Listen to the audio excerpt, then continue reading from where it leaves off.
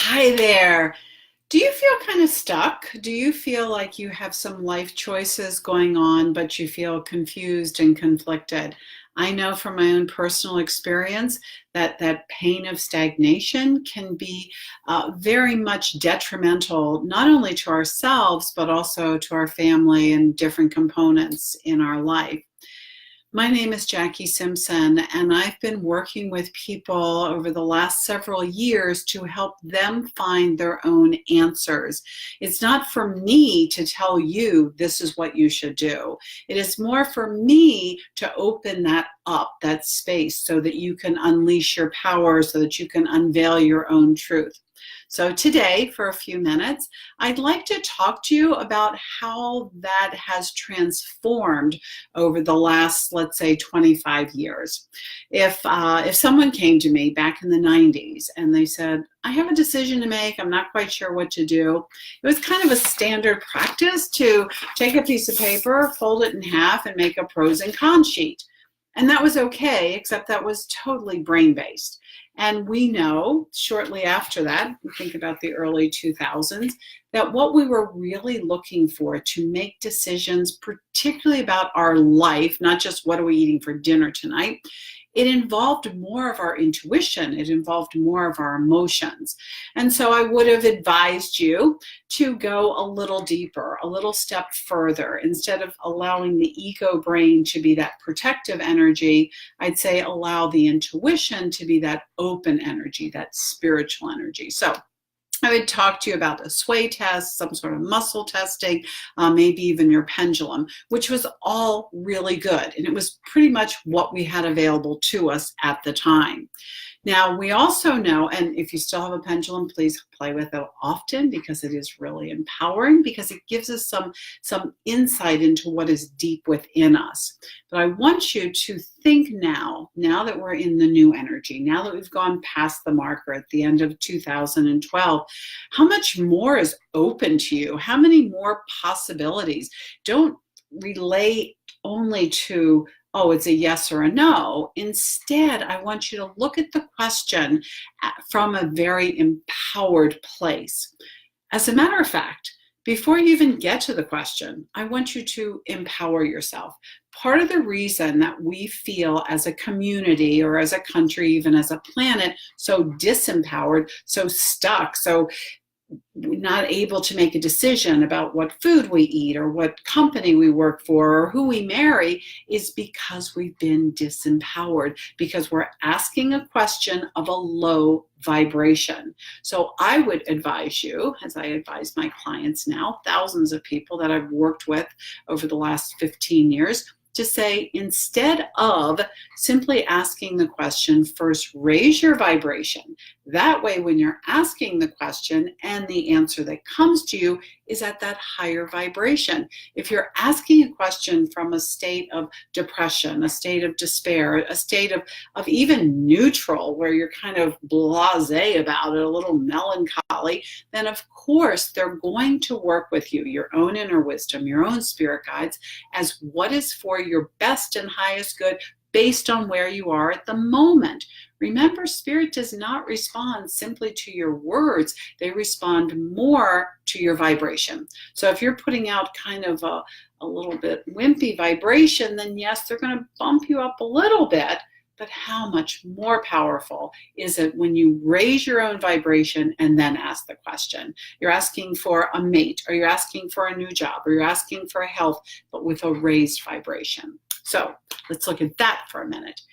There are many things you can do every day to raise your vibration. First and foremost, what makes you happy? I'm not talking about pleasure, momentary pleasure. I'm talking about true happiness. If you find yourself going out for a walk and you just love Mother Nature and taking a deep breath or walking near the ocean, it really does raise your vibration. Good. Keep doing that. Find out what you love, do it more often, because that's raising your vibration. You may go a little bit deeper and say, well, what really would raise my vibration would also be in a relationship, not necessarily a romantic relationship, but any relationship, hanging out with your friends, hanging out with people that understand, people that care about you. All of these things are ways to raise your vibration and then go to the question. Now, again, I'm not saying what the question is, what are you going to eat for dinner? You should probably just ask that every day. But important questions, impactful questions, things that you would look at and say, this is going to change my life. This is going to impact me and my family. This is going to send me to another country. It wasn't that many years ago, probably about 10 or 12 years ago, when I was given that decision, when I was told I had basically half an hour to make a decision to either stay where I was living in Florida at the time, or to leave my family, my friends, everything I knew, my country, and move to Singapore. Now, it wasn't such a difficult decision for me because I wasn't looking at it as a low point in my life. I was looking at it as a high point in my life. I went immediately to Spirit and I said from that space of enlightenment and caring and love, hey, how would this be? Should I go to Singapore? How, what, where, when, who? And all these questions kept tumbling out of me, just like they tumble out of most people, because we don't ever stop with one question. And I took a slow, deep breath and I said, okay, let's just align it.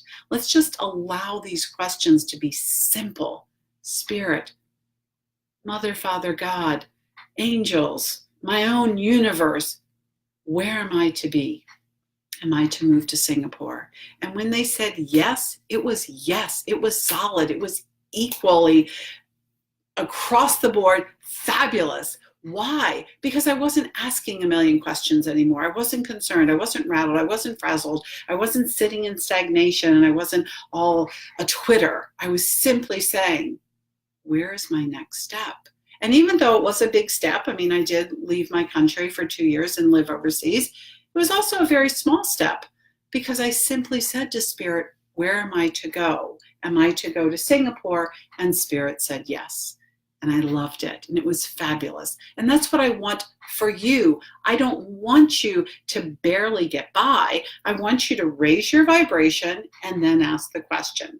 So again, some things are pretty equal. Some people might say, oh, I like to watch a funny movie, or someone else might like to say, oh, I like to listen to music. So those are good, and those are all based on earth, and they're all based a little bit on your culture. But I want you to stretch a little bit and see what is it that you would base deeper? What is based on your spirituality? What is based on your understanding of really what is deep inside of you? Going into meditation? Fabulous. Speaking to your spirit guides, even doing things like going to yoga on a regular basis. If you're going to go to yoga once every 6 months, you might as well stay home. But if you're going to go into meditation or going to go into yoga, if you're going to go into something that raises your spirituality, fabulous. Because then when you're asking the question, you're asking it from a higher level. Remember, it's not just the answer. What you are looking for is to raise your vibration so that the question and its answer that comes to you for that higher level rather than barely squeaking by. When I'm talking about barely squeaking by, it's not only monetary, it is also barely squeaking by for your health or for your relationship or for your career or just enjoying your life. So anything that raises your vibration, I ask you to first raise your vibration and then ask the question. Ask the question clearly, concisely. Don't waffle around. Don't preamble a lot. If you say to your spirit guides, hey, should I move to Singapore? Okay, that's pretty much a yes or a no. If you say to your spirit guides, what doctor should I go to help me with this concern? Whether it's a medical doctor or a therapist or whether it's an energy healer, you allow your guides to give you that guidance so you're not stuck. Stuck is a very uncomfortable place to be. Confusion is a very uncomfortable place to be, whereas clarity is beautiful and bright. Anything that raises your vibration, whether it is cultural, like I enjoy watching a funny movie, whether it is spiritual, where you would say, oh, I really like going into meditation. I like listening to a guided meditation, listening to spiritual coaching, any of those kind of things. And if you can combine the two of them, fabulous. As a matter of fact, to me, what raises my vibration the most, and what I found through many hundreds of people that I've dealt with on retreats, is for them to actually leave what is bugging them behind. Actually leave what is keeping them in that stagnant place and keeping them in the box. It doesn't mean they're putting away everything. It just means that they're packing it away for a little while. I recommend that any place that combines the two, a place that you would like physically, kind of culturally. Oh, I like their food, or I like their outdoors, or I like the building that they're in, whatever it is, so that your physical body, the earthliness of yourself, is enjoying the day-to-day of being on retreat. And then also the spiritual side. Sure, there's some places that are gorgeous, physically gorgeous, culturally interesting, not much of a spiritual side. But because what you're looking for is to increase the power of your own decision making for your own life path, which involves spirit and physical, I really advise you to take both of those into consideration. You may want to go to a place like Sedona. Sedona is very well known. It's not very far from, if you're in Vegas. I actually live in Vegas, although I'm in Connecticut for about 2 weeks helping a new soul come onto the earth. However, if you were in a place where you say, well, it's spiritually enlightening and I like it physically and it's a quick drive, then go ahead and go, like Sedona, or to Mount Shasta, California, which I go to often. I find Mount Shasta has a very high vibration.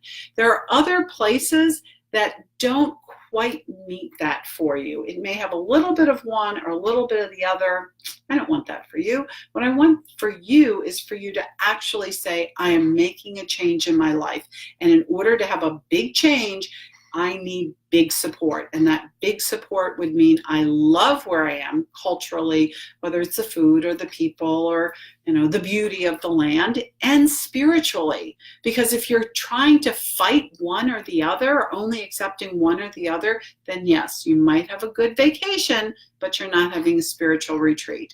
And if, on the other hand, you go to the ashram and it's rough and tough, yes, you may have a good spiritual experience, but you're not really having a good vacation. And because you're a spiritual being having a physical experience, I strongly advise you to put the two of those together. Now, coming up in May in 2019, that's exactly what we are doing. We are putting together India. We're putting together this fabulous exotic culture of friendly people and great food and 5-star hotels and wonderful drivers, and putting that with a land that is noted. Mother India is noted for its high spirituality. And so by looking at something like that, by raising your vibration on all levels, to be able to say, yes, I had a great time. I loved it. I was by the water some of the time. I was in temples some of the time. I was meeting with the Brahmin priests some of the time. All of these fabulous experiences, which, by the way, people that go with me to India always like to bring a notebook because there's so many cool things happening every day. You want to take notes of all of that. So you have all these cool cultural experiences, of course, the Taj Mahal, we'll go there. And at the same time, you're also having these amazing spiritual experiences. Again, a lot of them overlap, like meeting with the Brahmin priest who are also Nadi astrologers, physical and spiritual. Going into the temples, of course, physical and spiritual.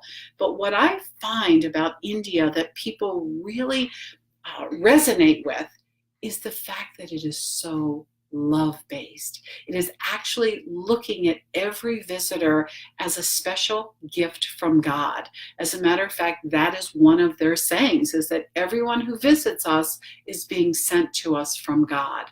Well, you can imagine when you step into a new hotel, or you step into a new experience, or you go to the lakes or to the ocean and visit, and all the people around you, all that we would consider people of hospitality, are not looking at you as a sort of a stick figure, but instead looking at you as this beautiful, holistic being, this beautiful gift from God, and saying, thank you. Yes, thank you for spending your money in our country, because quite frankly, we are looking to raise the vibration of the finances of India, and also thank you for being important to us. When we go to India, all of the women surround us. There are some men, but mainly it's women, surround us with this huge vibration of love because they recognize that there are Westerners that want to embrace the spirituality that comes to them on a day-to-day basis. So when I take people to India, and this will be my fifth retreat to India, I love to combine both of those. And because it is my fifth time, I have handpicked all the hotels, all of the experiences, and I've also recognized that as everyone's vibration has been rising up, that it is more and more important that we get that spiritual part of the vibration of the earth.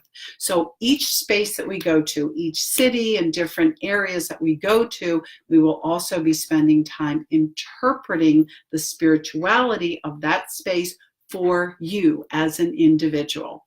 Now, obviously, since I'm the spiritual person that is going to be doing this counseling and coaching and everyday healings, I have to keep this group really, really small because although someone else will be cooking for you and taking care of you and driving you, and all those wonderful 5-star hotels will be taking great care of us, because the spiritual part of it I take extremely seriously, and because I love people, including all the people that have ever gone with me on retreat, then I recognize I need to keep the group small.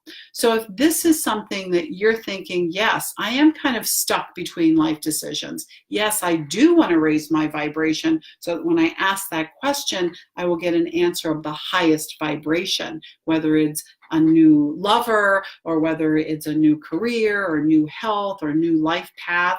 All of those things, you want to ask from a higher vibration. So if you look at that and say, yep, I could see that. I could see where India would be this fabulous combination that would raise my vibration, allow me to ask the questions, get the spiritual answer, come home. After 2 weeks in India, it is equivalent to 2 years of a deep spiritual practice in your own hometown, because you are taking that bold move away so that you can be totally immersed in it. We are looking at this happening in just a few months. It's happening in early March of 2019. And I strongly urge you, if this is calling to your heart, send me an email. I will put the link in the comments when I'm finished talking to you. I like to just jump on whenever Spirit moves me and chat with you, so I don't have that part all figured out yet.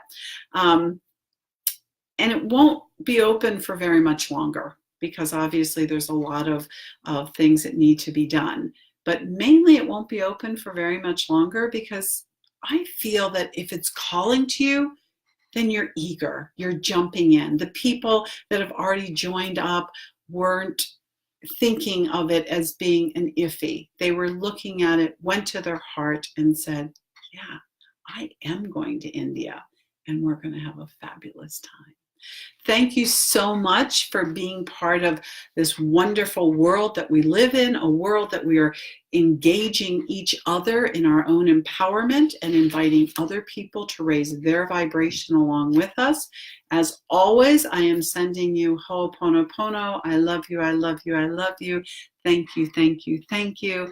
And I am sending you such blessings. Thank you.